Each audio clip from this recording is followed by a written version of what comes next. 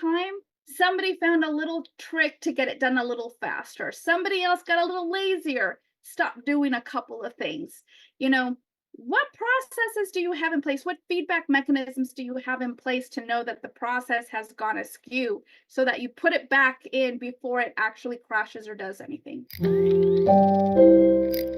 Welcome to Business Processes Simplified. As you know, I'm always on the lookout for insights and strategies on how you can best develop systems culture in your organization. Recently, I came across a new book called Process Alchemy, Using Employee-Driven Solutions to Achieve Operational Excellence.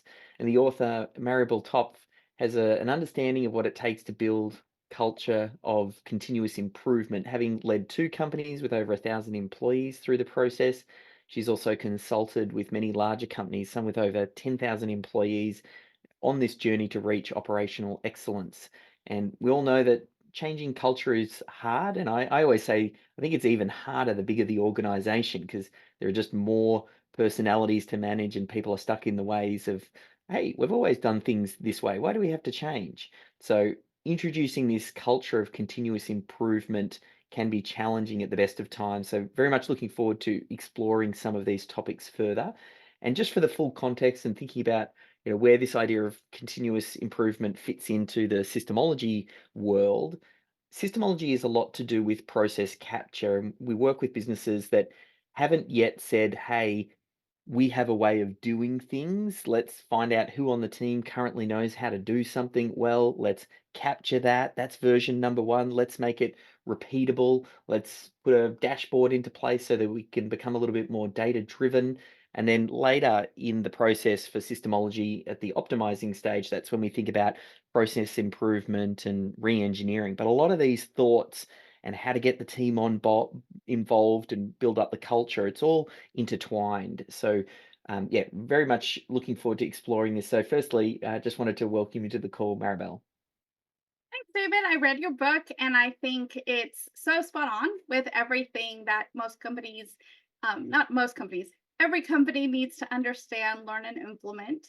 Um, and I was mentioning, in our conversation that I sometimes think a lot of companies think this is so difficult, or it's something foreign, or they have to put so much effort.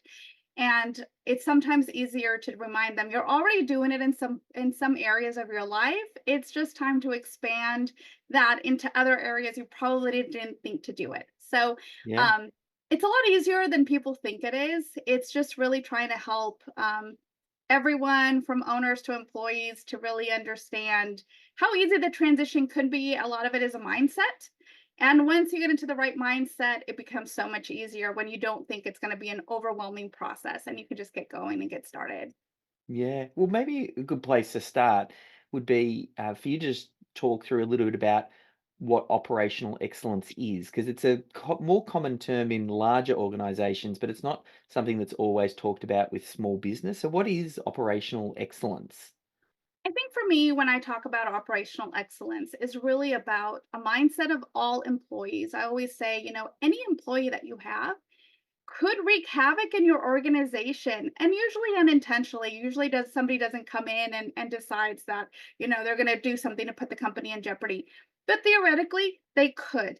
And so really it's about changing the mindset of every employee in the company to be more problem solving, to have a different perception of every work that they do at their daily work, to look at everything and think, how can I do this better? I do I always tell my new hires in the company to say, you're the best people to really bring a lot of new contribution into our organization, because to you everything is new. Some things are goofy, the way we do things. Bring it up. Tell us what doesn't make sense to you and why it doesn't make sense, and let's talk about it. So operational excellence is really a mindset. It's really about how do we achieve better processes that serve not just the company and our infrastructure, but for the customer. Is it really the best way that we could do it? Could we do it better? And of course, we could always do it better. And what does that look like? And really challenging ourselves every day to try to make our work easier. That means that we can go home on time. Nobody Mm. needs to be at the office 10 hours. If you can get the job done in 7 hours and spend the other time problem solving, coming up with creative solutions, and doing other things, doing other things. We need to get our employees to really think about how are they going to contribute meaningfully for their own careers and for the organization themselves. You want them to learn. You want them to become better. You want them to grow their careers and their skill set and everything else while they're contributing to your own business and making your business grow. It should be a win-win situation all the time. Yeah. It's funny, just when you explain that, I'm nodding my head thinking, okay, yes, of course I want that in my business.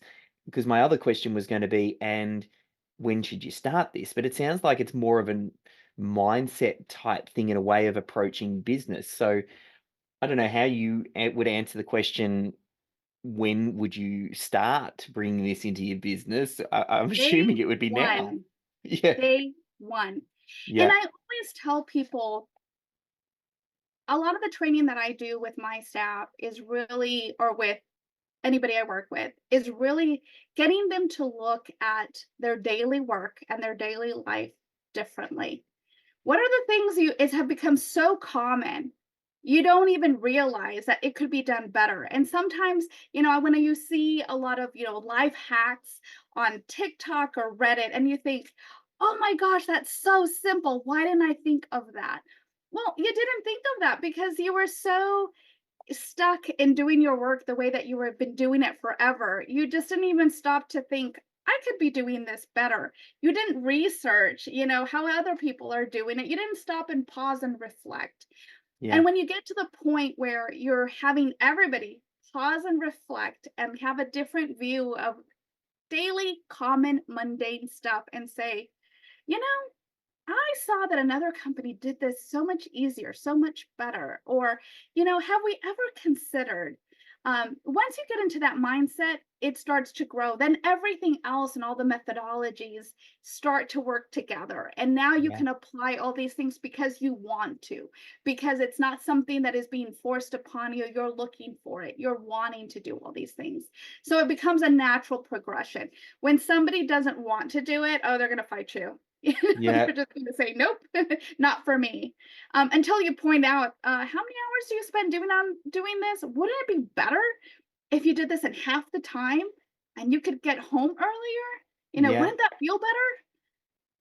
One thing I Obvious notice, things. it's almost like those levels of learning, the unconscious incompetence, and then you're consciously incompetent, and then you're consciously competent, and then you're unconsciously or subconsciously competent. As you move through the levels, people are oftentimes at that they don't even realize what they're doing. And I feel like working on process is a way to bring it to conscious awareness. So then you can at least become consciously incompetent. And it's the first step to then, well, we're going to re engineer the process. And this is a better way to do it. That now you can do it competently and be aware of it until the point at which it becomes habit. And so it's almost like process is a documented habit, and you keep doing it until the point it becomes the way you do things. It's more than that, David. So one of so I work with hundreds of employees, and the common thing is they think they're unique and they think it's all in my head. I'm the only one that can do it. And I think, okay, well, that feels like you're trying to get job security, and that's okay. But I'm like, so how can you ever get promoted if you're the only one that can do this? How do you take a vacation because you're the only one that can do it? So that usually helps me get people to translate everything that's in their head out of their head and into that process documentation, into those systems, to really be able to visualize it so that it can then be optimized and Yeah, then institutionalized so that anybody else can do it. And guess what? Now you can seek a promotion. Now you can take a vacation that you can relax and disconnect because you have to get people to stop thinking of this as a threatening thing. You're yeah, taking my expertise and you're either dumbing it down or you're taking it away from me. No, I'm just going to take the mundane. If you're truly good at your job, and what I have found is most people really are, We want to see the creative stuff, the stuff that only you can truly do. Those ideas, that generation of wealth and business ideas and all those creative products and all that stuff. Do you really want to be doing all these mundane steps of, data entry and all these things that really you couldn't pay somebody, else just to take care of that for you? You think this is the best use of your time, really? And again, this is why we have to always work on the mindset. I always joke, I don't work in manufacturing. So the machine is all the humans I work with, they are the machine Yeah. and they work a little differently. Um, but they're interesting and they're amazing and they're creative. And it's really trying to get all of that good stuff out of them. And sharing and letting them know how positive that can be for their own personal careers as well as their companies that they work for.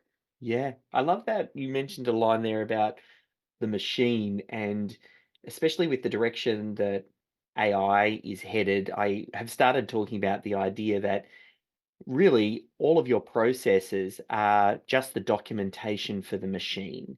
And the documentation that you create today will end up programming the machines down the line. So some of those mundane tasks, some of them will get, there'll be certain team members that can work with those or maybe delegate it down. Some of them are also going to get executed by the robots to then again free up the team member to work on the highest value tasks, the most creative things required where doesn't yet exist. And really, that's where you want, your best team members working, not on things that can easily be captured in process that's not a good use of their time. Correct. So there's two things. So I've been working with robotics for years.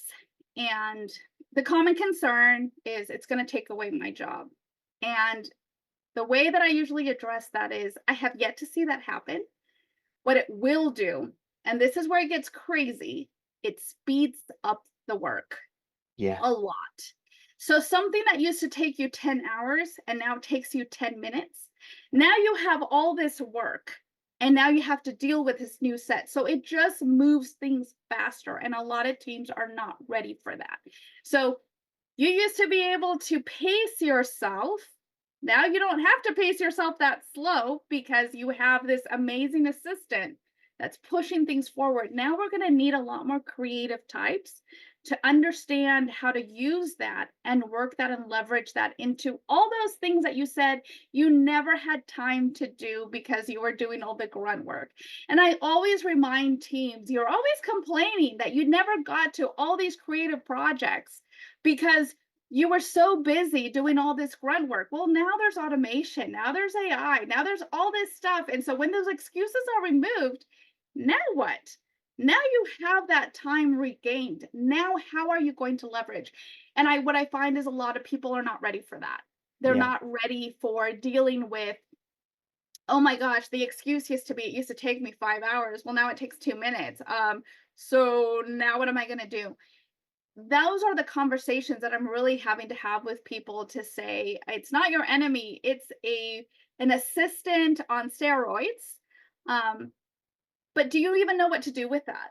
yeah. Do you know how you're going to apply all that time? I'm like, when the work is coming hard and fast, I have yet to see somebody say, "Oh, I no longer need 5 people. No, I now need 10 because it's coming so fast at me that I now have to deal with all this extra work that I wasn't anticipating in the past." Yeah.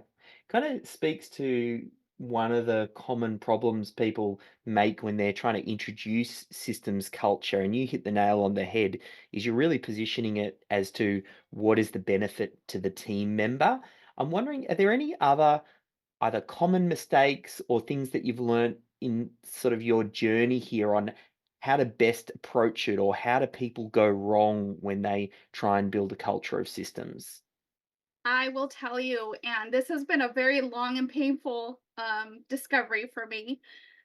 I would tell you that in reviewing over 10,000 projects, so we log every person who does a project logs their own project. So I have a library of 14, 15,000 projects actually, small ones, bigger ones, team ones, and all that.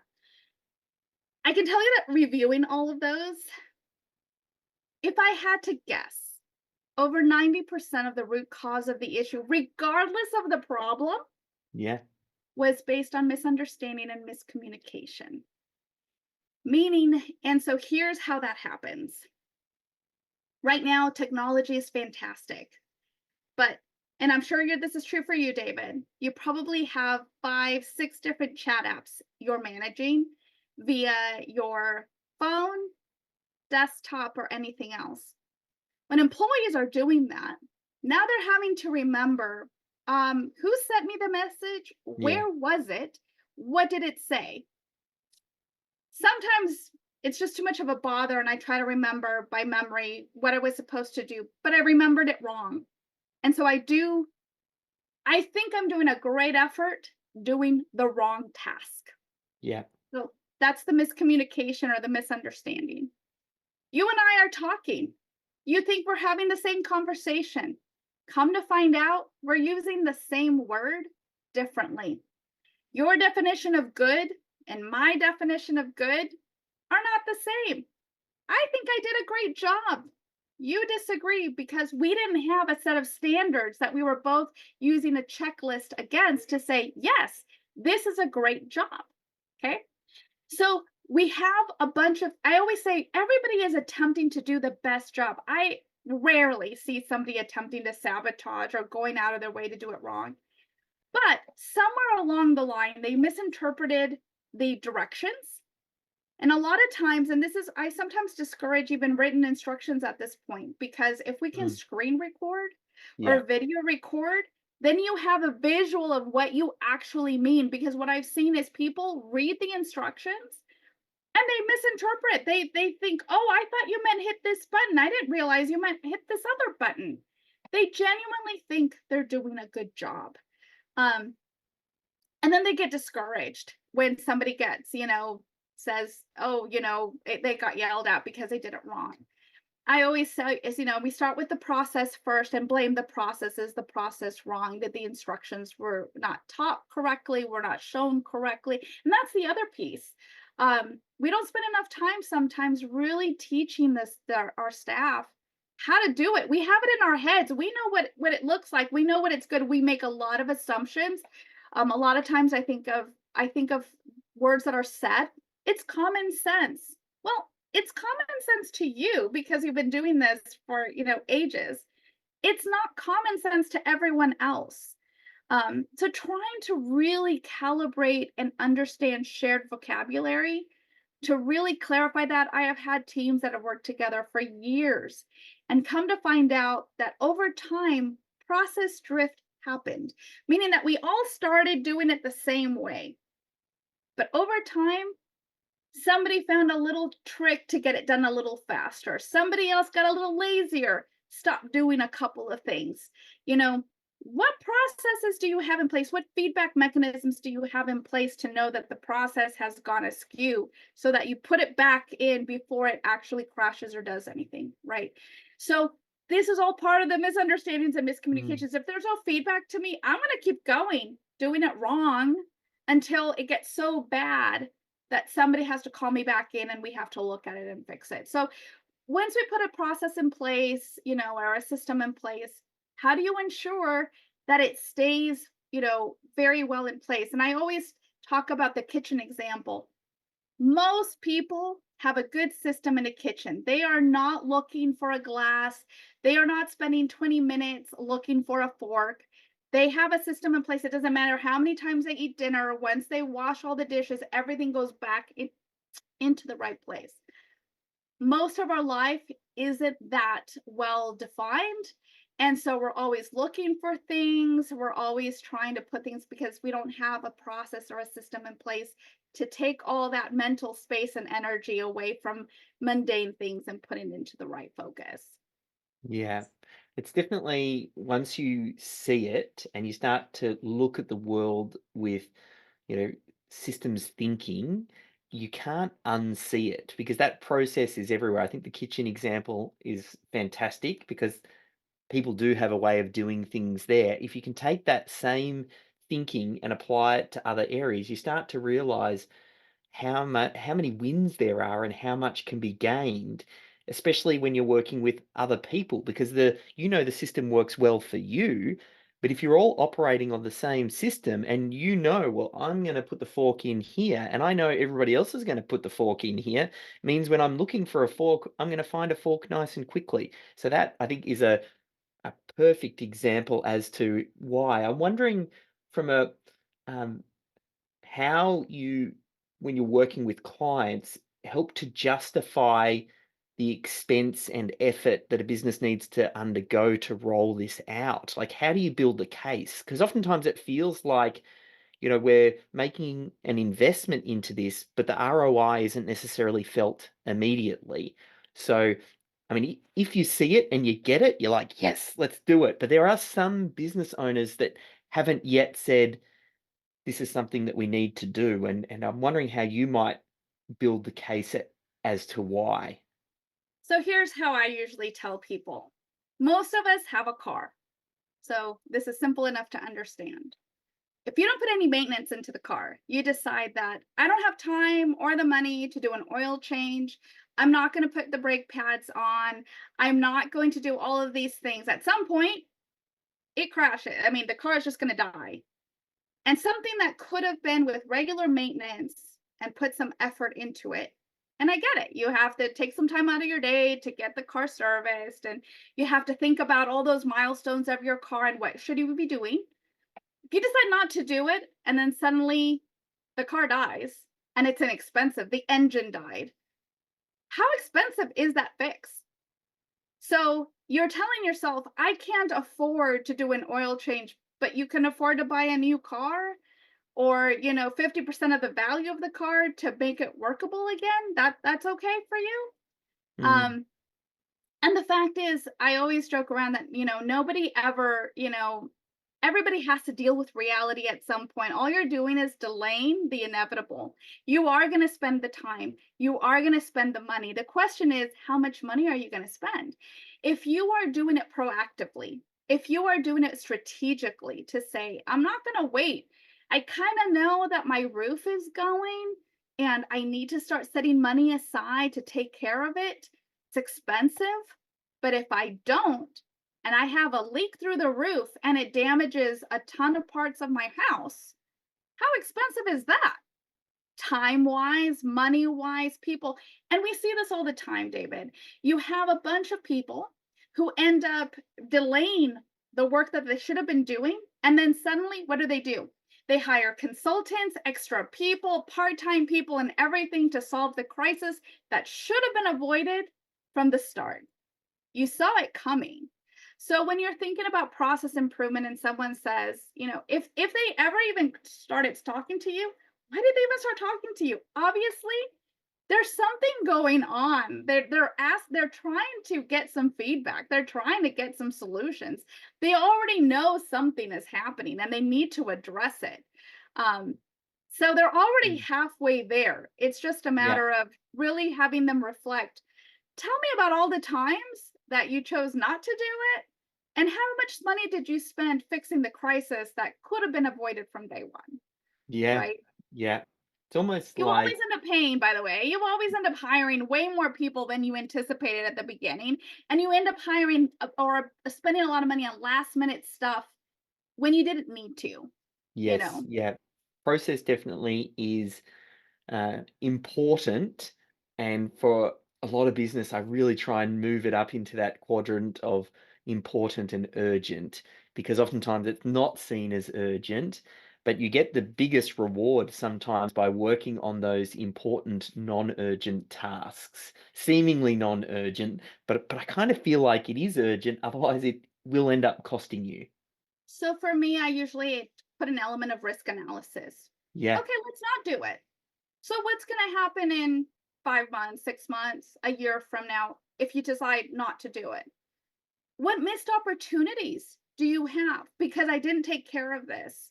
What other things are going to get impacted? What else am I not going to work on, if this goes down? So you think you can't afford it and it might be expensive, but how much more are you willing to pay if it goes down, something goes wrong or something else happens? And you're having to open up that checkbook right then and there, any price, just get it taken care of, right? Oh, hey, I know you're tuned in right now, so I'll keep this super quick, but you like awesome YouTube videos, don't you? Well, there's not really that many YouTube channels that create great content about how to systemize your small business. So I want to make sure that you catch every video that I publish. So if you haven't already, firstly, give this video the thumbs up and then go ahead and subscribe to my channel. You can even hit the bell notification to make sure that you're the first to know when I publish anything. So go ahead, do it right now. I'll wait a sec and then I'll transfer you back to the video. Yeah, yeah, yeah, definitely. As far as where that investment then is made, I know in your book you talk about the continuous improvement professional. We talk of it in terms of having a systems champion. It's just someone in the organization who takes responsibility. Oftentimes, because the leadership team or the business owner, while they need to lead this, they oftentimes don't have capacity or time to be able to, work on it or work with team members. So I'd love, yeah, some of your thoughts and insights around, well, whose responsibility is this? What type of work should they be doing and how might they approach it? Whoever is the lead in that group owns it. Yeah. So I manage 2 companies, over 1,000 employees, and I technically oversee all of it. Can I truly be a part of all of them? Of course not. So every department has a lead and every project has a lead. I'm the subject matter expert for this. I become the lead for this project.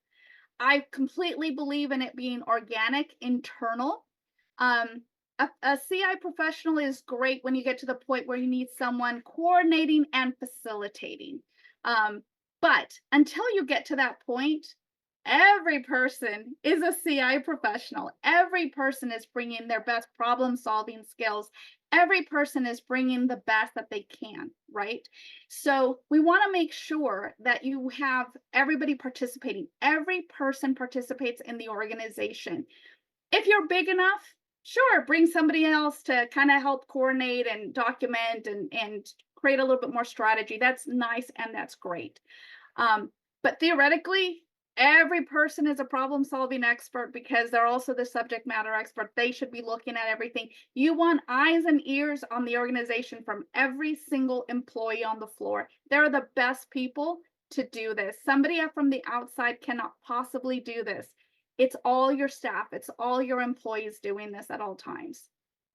And internally that role, because the whole goal here is to develop a culture of improvement and thinking about process and we making the job easier for the people that come behind you and helping to solve some of the problems that team members have in the process, so for future team members they don't have that. So as we start to build that and we get everybody on board, um, the role that you mentioned or that you do, because you oversee, you're working in the organization, so you are not an external consultant, you're in there. The work that you do, is it helping those team members capture process or guide it, or are you, yeah, and I'd love it if you can explain a little bit more about that role, because that's that role that we're talking about right now. While you're not doing every single bits and pieces and you're across a lot of these different projects, it's we call that role the systems champion role, and it's I'd love to know more about how you explain what it is that you do and the value that you bring to an organization. So I always define myself as the process expert, very rarely the subject matter expert. Yeah. So when I come into a team, if I am going to help them out or facilitate, I make it very clear. The answer is in this room, and the answer is not coming from me. It's going to come from you. So if I'm in this room, my job is to help you organize your thoughts and look at it differently. And I always try to really emphasize that I truly believe that every person usually has a pretty good method of problem solving. You wouldn't get through life if you didn't. So I try not to create a situation where I'm trying to impose a methodology too quickly or anything. So what I usually tell people is all of these different tools, and you've developed a system. There's also Lean and Six Sigma and Agile and Scrum and Kanban. I use a blend of everything, by the way. I always tell people use what works, use what's natural in your style.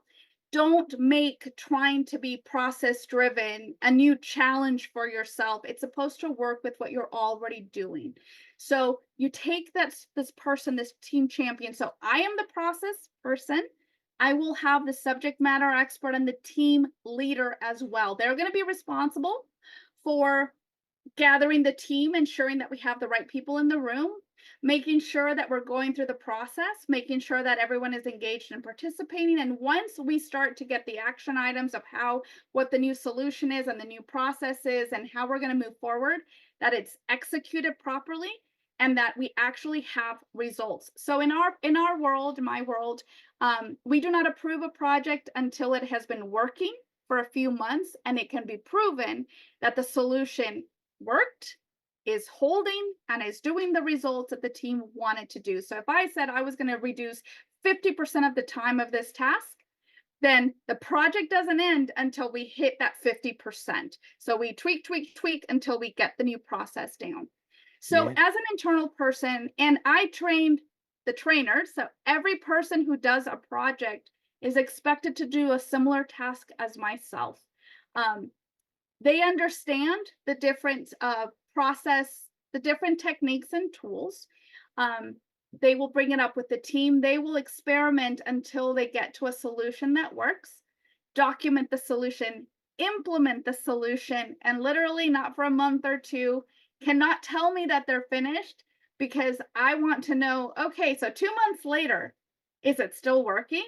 Yeah. Did it work as intended, or did you've got 50% down on day 1, but on day 60, you're only at 30% efficiency. You lost 20% efficiency, and why? So it's constantly train the trainer. So Yeah. my job is to have thousands of me everywhere. It's not about having me because then I become the bottleneck. Yep. I don't want to become the bottleneck, and I'm not the subject matter expert, and I'm not going to come up with every solution in sales and finance and marketing and, call centers and all of that. They're the experts. And so I really am always trying to challenge everybody, bring your best ideas, your best solutions, your execution, and showing them the process, because it's also a Mm. process on how to lead a project, how to analyze it, how to gather the data, all those things that I read in your book and the systemology, but everybody is trained on it. So Yeah. the job in my job is not I learn it. Well, who cares if I learn it? There's 1,000 of you. You all have to learn it and understand the fundamentals and be able to execute similarly as well. Are there any key, when it comes to process re-engineering, any key lessons that you might be able to share? For example, like one thing we've realized when we're re-engineering a process is it's best for that to happen almost external of the machine, and you go to work on it first and you figure out what the solution is going to be, then you insert it back in. Because if you're trying to work on the machine and change things while you're flying, while you're actually doing the work, it can cause some trouble. So having that machine worked on outside of the day to day sometimes can be really helpful, to not confuse team members. And then that way, when we are updating process, we can say, hey, and this is what we're doing and how we're rolling it out. But are there any tips like that that you've got around the re-engineering side of things? The biggest thing that I have found when it comes to re-engineering is really understanding, do you even have the baseline and do you even understand that you have to re-engineer it? Yes. So processes that have been working for a while, I always tell people, what would happen if your gas gauge in your car stopped working? Would you even know? Or would you be happy going down thinking, wow, my car hit an amazing MPG, and then you're on the side of the road because you're out of gas? The first thing I always ask teams is, do you even know that your gas gauge stopped working? That Mm, you need to go back in and deal with a process change. And I call, it's process drift, changes yeah. in it. How do you go back and I always tell people, if you're fixing something and putting it back to standard, it's not an improvement. It's broken. You have to deal with things. An improvement is only if something is not broken. It's working. It's just not working optimally. Then it's an improvement. Now we can do process engineering. If it's broken, you need to deal with that and put it up to Mhm. standard. And do you even have a standard? Do you even know what it should look like? Do you know how fast this process should be? How many things it should produce or how it should work? If you don't even know that, you have to start really at the basics. If it's working and you know all that, then how do you know when it's changed or something has gone awry and you need to go back and change it? Yeah. Um, Realistically, and this is why I said eyes and ears, eyes and ears. Um, Technology is changing so quickly, and things that we thought impossible 2 years ago are suddenly cheap and easy to do today.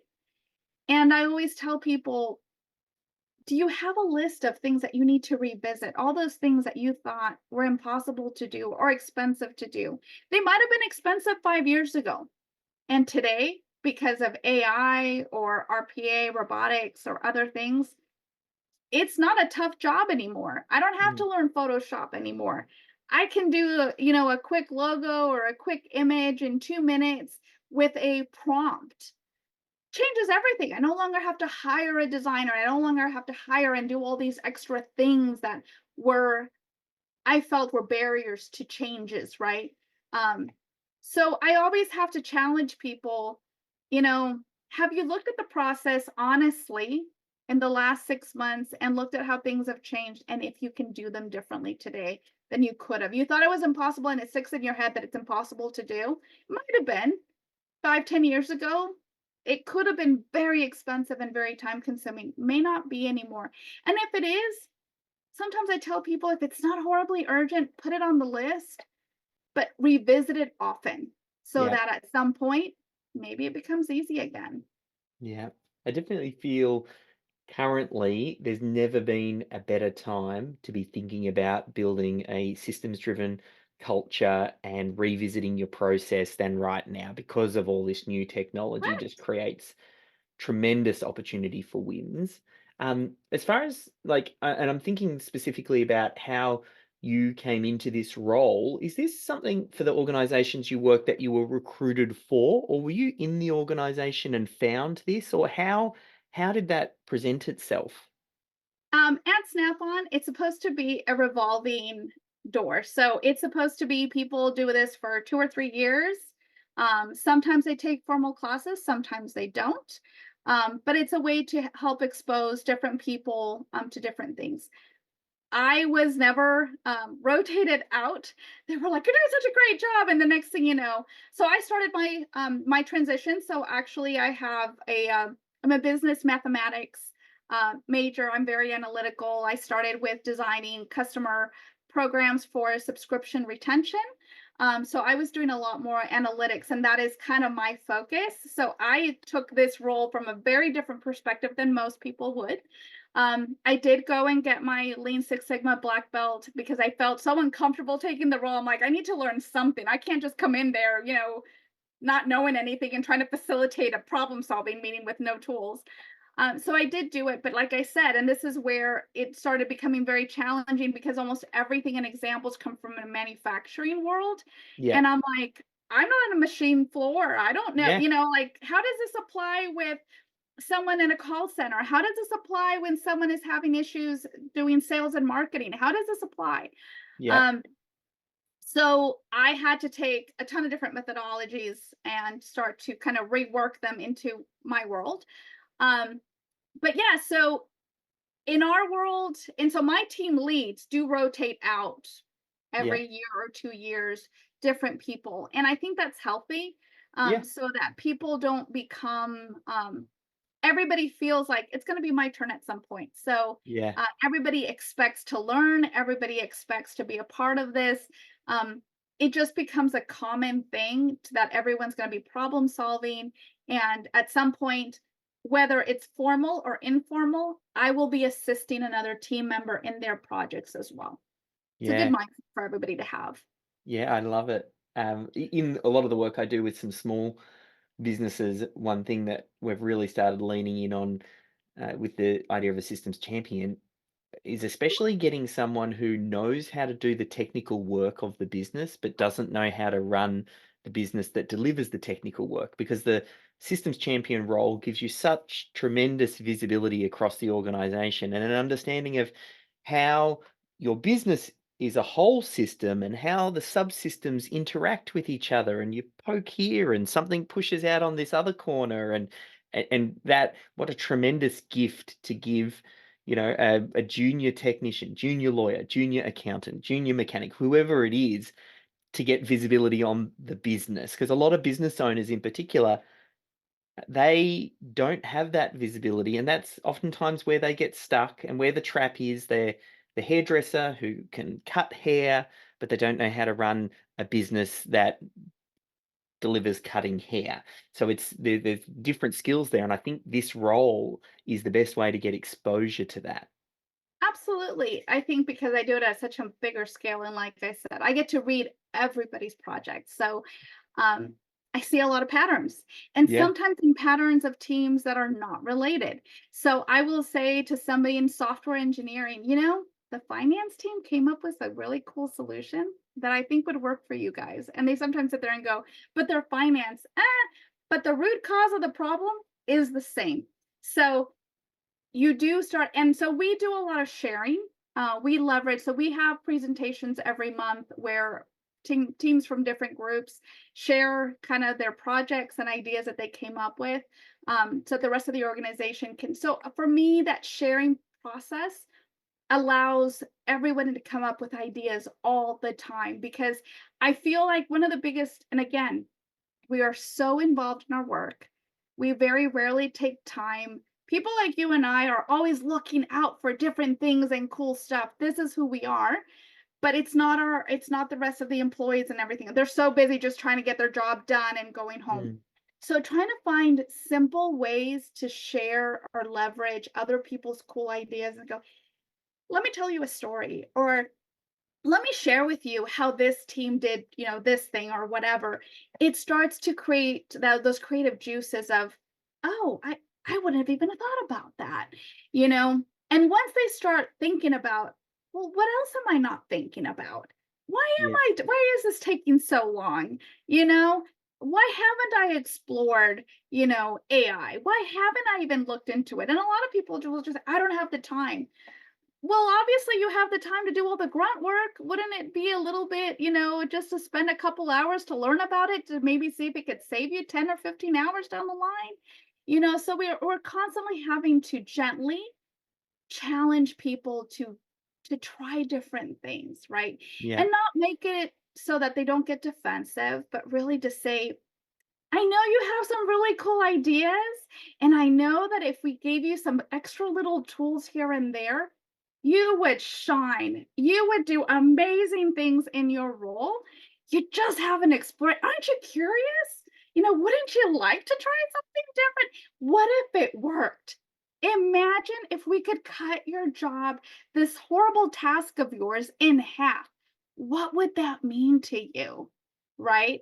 Um, you have to yeah, get people excited about, the possibility, the opportunity, um, more than trying to get them to understand why process is good.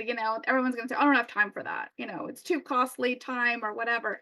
You have to really get them excited on, all the possibilities that they're not looking into. But what if you did? What if you took 5 minutes out of your day and tried something different? Just what if it was life changing, Aren't you curious? Wouldn't you wanna know? You have to really kind of poke and prod, and really you have to get to the human animal.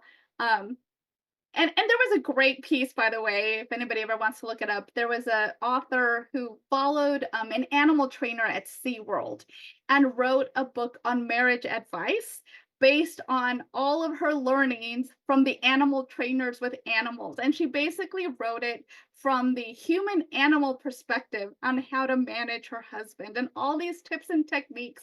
She was documenting, like, this actually works. But it was a great way of showing that she took something totally different, an animal trainer at SeaWorld, to truly improve her marriage, right? The best ideas come from the most random of places. And you really have to share good stories with people. And you really have to get them excited about the possibilities of what do you think could happen? What if, it may or may not transform your life, but what if it did? yeah, What if it did? wouldn't you be willing to at least try, and see? You really have to get people's curiosity going and get them to do it. Have you spotted other people who share this same type of magic that we're talking about here, particularly around process? Because historically, process has been approached and as boring and necessary evil, and I think you're exactly right, and I get just as excited about it as you do, and trying to then share that I think is really critical to get buy-in. um, I don't know if you've come across any other resources in your travels, whether it's books or YouTube or thought leaders or people that have impacted your thoughts around processes. I don't know if, yeah, any resources that you might point to. Obviously, your book also, which I'm going to link to Process Alchemy because you cover a lot of things in there. But are there any other tips or Most of the stuff is in manufacturing, but a lot of yeah, but I'll put a caveat, a lot of manufacturing companies have realized that they are becoming more software, more office. yeah, So a lot of this has spilled into them. So companies like AME, for the US, has hundreds of videos of creative solutions that they've done. We also have, and the AME also has local consortiums. So I participate with one here in San Diego, and it's so fun because they do company tours. So I have gone into Costco and seen their distribution center, the side that does all the eyeglasses, and hearing all of their challenges. How they implemented robotics. Costco distribution is so fun. They, especially during COVID, they had bought a bunch of 3D printers. Well, when they can no longer buy certain supplies for dumb little things that they needed, they realized, oh, we'll just 3D print them. How hard can it be to get another trash can, to get another, little container or whatever? Just 3D print it. Um, all that creativity. So there's a yeah, lot of resources. There is a website, Process Excellence Network, that does a lot of these things as well. You can kind of see, but again, a lot of them leaning towards manufacturing. Unfortunately, what I've noticed is a lot of them are software solutions, ERP system stuff, and then they try to put white papers out, but they're really just trying to get some names. yeah, Um, when you talk to other practitioners, and there's some groups that you can join. There's a lot of us, by the way. Uh, Once you get to the real stories, it becomes fun because some of the yeah, stories that people tell, you sit there and you think, "Wow, I would have thought about that." And I have my own series of stories on, for example, I don't want to put anybody under the bus, but this was years ago, so I can tell the story now. But we had a call center where, we thought we had good metrics, and one of them has how many calls did you take? Um, some kid outsmarted us and decided that he would pick up the phone and then put it back into the queue and transfer it, pick up the next one and transfer it. So within an hour and a half, he had met all his daily metrics, and nobody questioned it until a few months later. They were like, uh, every call averages like 2 seconds. How is that possible? Well, he was never taking a call. He was just dumping it back into the queue so he could make his metrics and make his bonuses and all those things, right? Um, so we have to be careful that we don't drive the wrong behavior as well. That was lesson learned as well. Like, oh my gosh, you have to think about how can an employee cheat the system, and think about the 10 ways they could cheat the system, to make sure that it's robust. But there's so many. When you talk to other people, I share some stories, but when you hear other people's stories, and they're hard to come by. But honestly, talking to other practitioners, sometimes in small yeah, groups, most places have groups that you can participate in, visit their companies, talk to employees, and all that stuff. So I would yeah, highly recommend, if you look at, um, continuous improvement or Kaizen groups or things like that. There's a ton of them everywhere, so you can always join and be the fly on the wall and hear their horror stories where you're like taking notes and thinking, oh gosh, I have to look to see if that's happened in my place, right? yes, But yeah, yeah. it there's a lot of places. Oh, perfect. And I know, well, your book, Process Alchemy, provides a lot of shortcuts also because you've taken a lot of your uh, battle stories and turn them right? into lessons and teachings, and it's in the book. So I'll include a link over to Amazon to grab a copy of that. But if people want to find out a little bit more about you, I can point them to processalchemy.net. Is that the best place for them to get in touch? Absolutely. Yeah, perfect. Well, thank you so much for your stories and shares today. I know, I learned a lot from it, and so have the listeners. I was so much of a pleasure to always talk to someone who does, this with everybody else. It's so important, and I think everybody needs to become a little bit more system driven. It's not that tough. You're already doing it. You just need to do a little bit more. So it's always good to try to make it less intimidating to businesses to say it's not a huge leap. This should be natural next step, and helping companies really improve and becoming to achieve all the goals that they set themselves out to do. Yeah, perfect. Thank you. Thanks, David.